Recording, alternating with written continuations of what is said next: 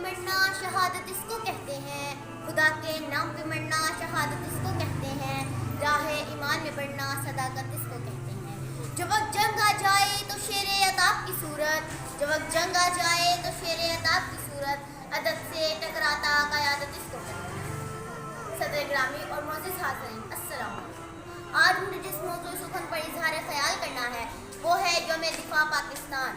جناب والا زندہ قومی اپنی تاریخ ایام کو یاد رکھتی ہے۔ یوم دفاع پاکستان ہمیں افواج پاکستان کی شجاعت کی یاد دلاتا ہے۔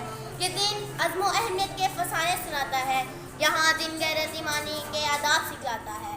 شہیدوں کا خون وہ نور ہے جس کی تجلی سے یقین افراد قوموں کے مستقبل سنورتے ہیں۔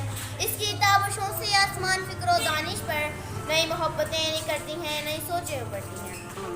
محترم حاضرین، آئیے ہم اپنے ماضی کا ایک روشن ورق الٹتے ہیں۔ 6 ستمبر 1965 کا سورج طلوع ہوا تو بھارت کی بزدل افواج پاکستان پر حملہ کر چکی تھی۔ ان کا خیال تھا کہ ملت پاکستان سوئی ہوئی ہے، مگر یہاں تو ہمارا مقدر جگمگا رہا تھا۔ ہماری بہادر افواج دشمن کے سامنے سیسا پگھلائی ہوئی دیوار بن گئی۔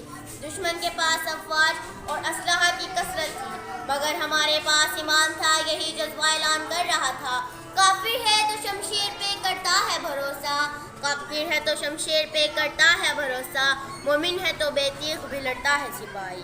اور افواج پاکستان تو جنگ لڑ رہی تھی، لیکن ان کے ساتھ مزدور، کسان، شاعر، مصنف، ادیب اور خطیب بھی شامل جہاد تھے۔